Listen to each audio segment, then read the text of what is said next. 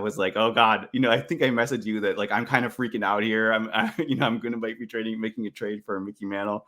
And I kind of just needed somebody to calm me down. And fortunately, like my friends and my wife were able to kind of like ramp me down a little bit.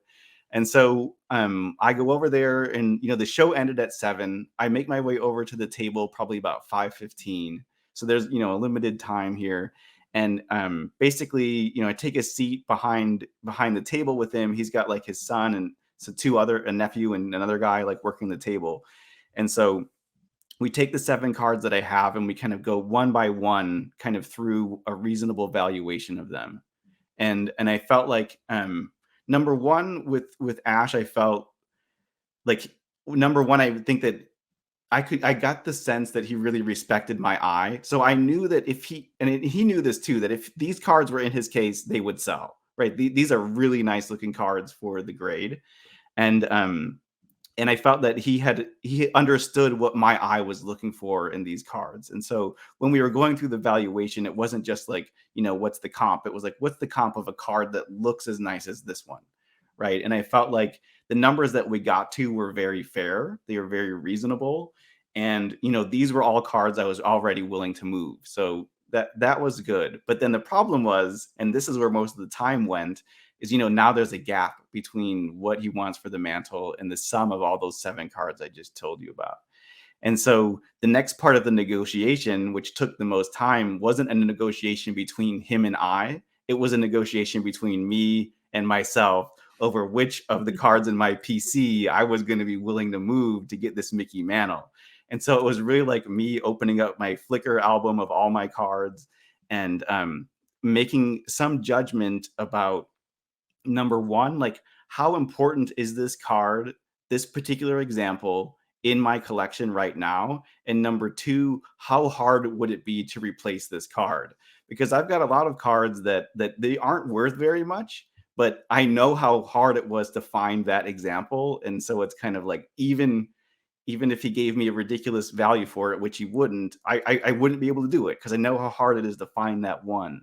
And so, I literally spent an hour and a half with my phone, just flicking through with a piece of paper and a pen and writing down and crossing out, looking at values and trying to see if I could close the gap with the cards that I have and with the cards that I was willing to let go.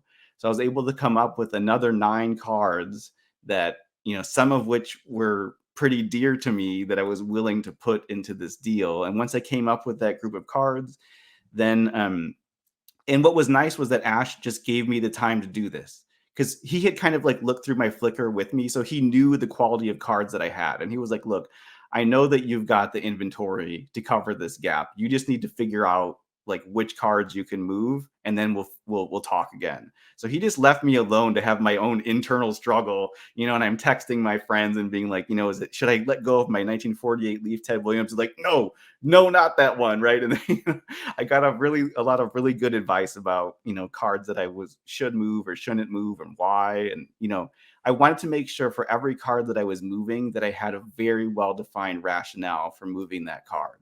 And a lot of times it came down to, this was a nice one, but maybe, like, for example, a card that I put into the trade was a T206 Ty Cobb.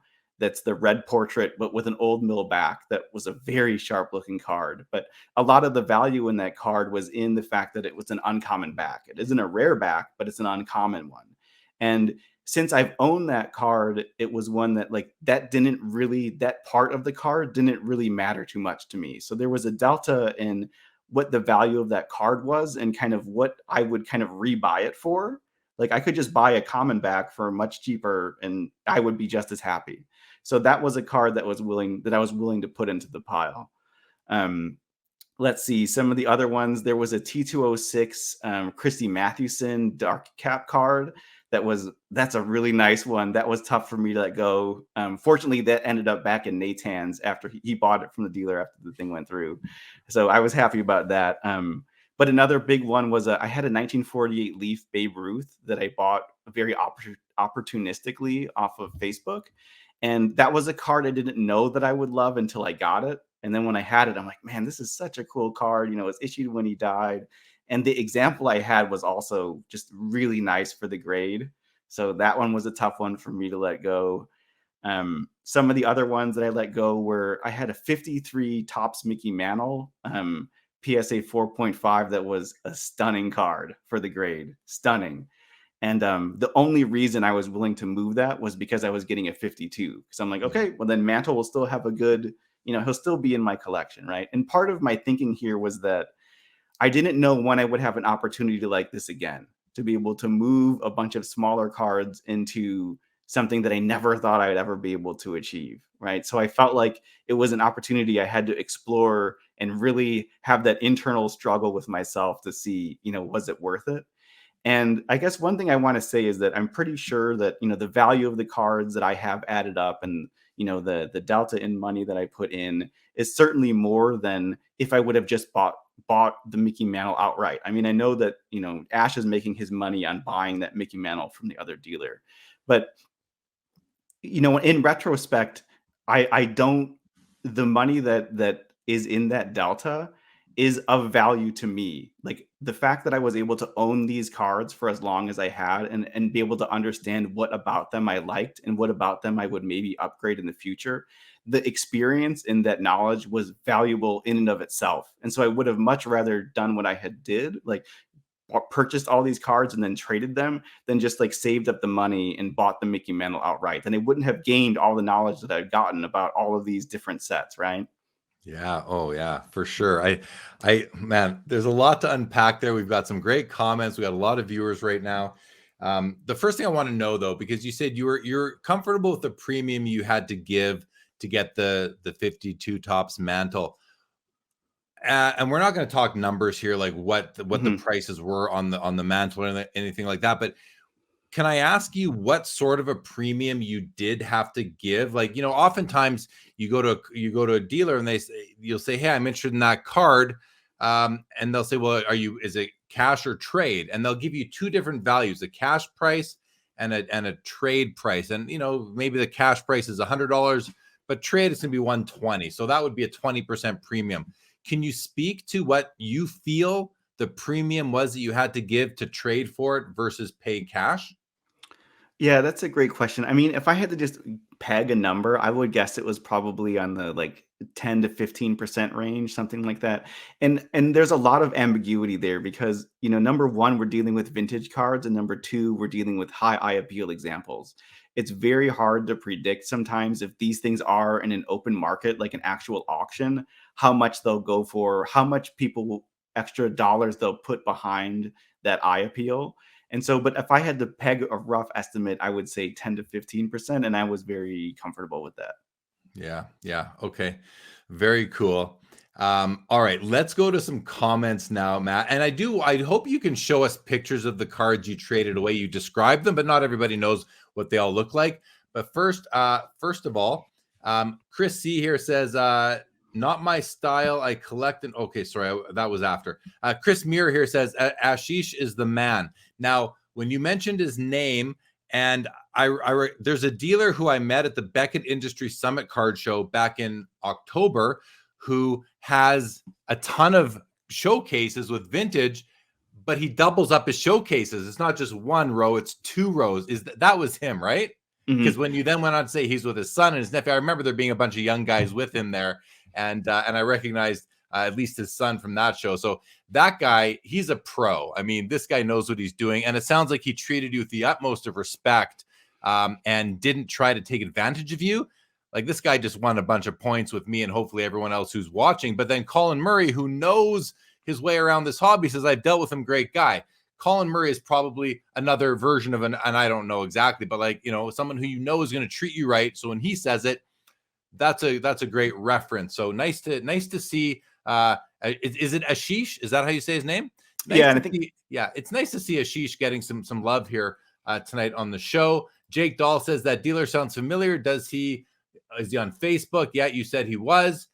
Chris C says 48 Leaf is one of my dream cards, as well as the 52 Topps Jackie. Yeah, those are dream cards.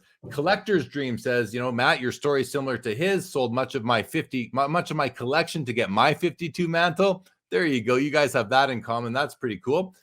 Chris says, if I sold all my sealed wax from 1980 to present, I still wouldn't have enough to get a 52 Topps Mantle, but 53 would be possible. Congratulations. Love the story and your passion to acquire a Grail card. Yeah, nice comment, Chris. Thank you. Decoy Card says a flipper. So now, okay, there were some hangover comments from the earlier discussion about flippers. I want to get to a couple of them. So let's do this one right now. A flipper would never tell a story like this. Totally agree on cards being the bonus to the camaraderie of this hobby at a show. I love that comment, Decoy Cards. Very nice. Laura likes it too. Very good. Very good. And Colin says, Chris, you can get a nice mantle for your wax. Maybe just not a 52 tops one. And then we're going to go back in time. Chris Muir here says, flippers are cool. Shout out to all the flippers. And JP, by the way, JP, if you're still here, I figured out what you meant in your earlier comment where you said a flipper is not the same as flipping. I think a flipper has some of those negative connotations, while flipping is something that a lot of people can do without any sort of, comeback on them, or without anyone looking down upon them. But JP did continue to say a flipper can be a negative description of a person who is portraying themselves as a person out to make money only. Yeah, that makes sense. Goes on to say flipping the verb is something we all do, including dealers, to support a business, trade up, or build bank for a PC card. It certainly does clarify, JP, and I think I kind of got there on my own anyway, but thank you for the clarification. Whereas Chris C says, not my style to flip. He says, I collect and hold, but to each their, oh no, this is about, I think that was about sneakers, but I'm not really getting into the sneaker comments because it's something that I just don't really understand. Okay. Let's see what Brendan says. So how do all these cards end up physically changing hands, in person or shipping? My heart is beating listening to the saga. Well, if Brendan, if you're talking about Matthew's story, I mean, this was all done in person, right? This was all done at the Burbank Card Show, which is a great place to do a big trade if you can find the right trade partner. And you were very fortunate to have what ended up being a three-way. Like Ashish, he really stepped up for you. Like he made it a three-way deal. Like that's like, what a guy, what a resourceful dude he is.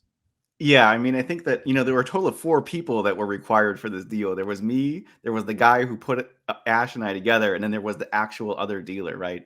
And Ash was kind of in there with everybody.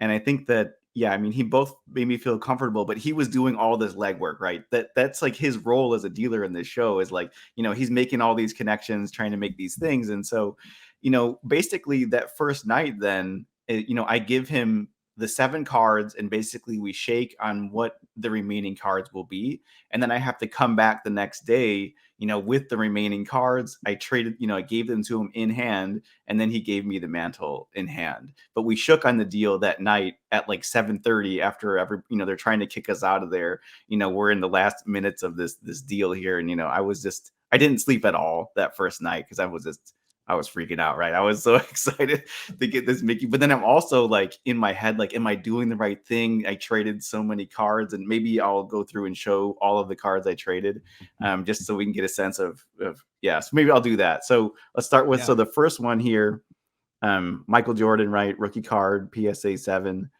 That was, we'll start from, and then the next one here, this is tough for me to give up as a Chicago fan. Here's a 76 Topps Walter Payton rookie card, PSA 7.5. Easily replaceable. Exactly. That's the Jordan. Exactly. That was my point. That's exactly what my thought was. Here's a 54 Aaron, PSA 4. This is a nice example. Again, I think I can replace that one. I know the things I liked about that example and the things I didn't. So that's okay for me. The key there being there were things you didn't like about it, so you could find a copy that'll make you happier. Mm-hmm. Different than the Jordan and the Walter Payton, where, I mean, they're easy to find copies of that. Yeah, exactly. That's exactly right. This one was tough. This was the 53 Mantle, PSA 4.5. Man, I love that card. Here's a 1950 Bowman, Ted Williams. I actually think this is a beautiful card. Beautiful. Yeah, beautiful. I think that's I might have to get that one again. Here's a good one, 48 Leaf Warren Spawn. Love it. One of my favorites. Gonna have to get that. I'm gonna ooh and ah along the way here, okay? Because and just for everybody, like before you did the deal, after you did you came, you found me, we chatted about it. I mean, this was almost the highlight of my show too. I did a few deals myself, but nothing like this. I was so happy for you, and just to be able to be in the loop. Yeah, thanks, man. It was way fun. So I love that Spawn. That's one of my favorite cards. This one has like the tiniest bit of offset in the yellow registration, and I'm really peculiar about registration. So Me too. that that's why I was willing to let that one go. Here's the Jackie Robinson 1.5. It's a really nice example for a 1.5, but I was willing to let it go. Here's the Ruth. Man, this is for a 3. This is a really nice Ruth. Looks I mean, beautiful. so this is 16 cards. Of the 16, 8 of them are in the PWCC Iconic 100. So I mean, it's it's a good group of cards for sure. Here's the next one, Wow. 39 Joe DiMaggio, PSA Yeah. 3.5. I'm gonna have to get that one again one day. But what Um, about the 41 DiMaggio that's from my the same? favorite. That's Yeah. my favorite. So that's So one of the reasons this one was in there because I have my 41 that I love. And so I was like, okay, I'm okay moving this DiMaggio. And at some point in the future, I'll get another one. And I actually only bought that 39 because I had such a hard time finding a 41 that I really loved. But yeah, I love that card. before you go on, I just want to shout out. I watched a video on YouTube today by Greg Morris Cards, and he talks about, well, someone, I don't know, I don't think it's him, but someone talks about the 39 to 41, the play ball run, and they call it perhaps the greatest 3-year run by any company in the history of baseball cards. And the 41s are the colors, the 39s and 40s aren't. The 40s have a little bit more decoration to them.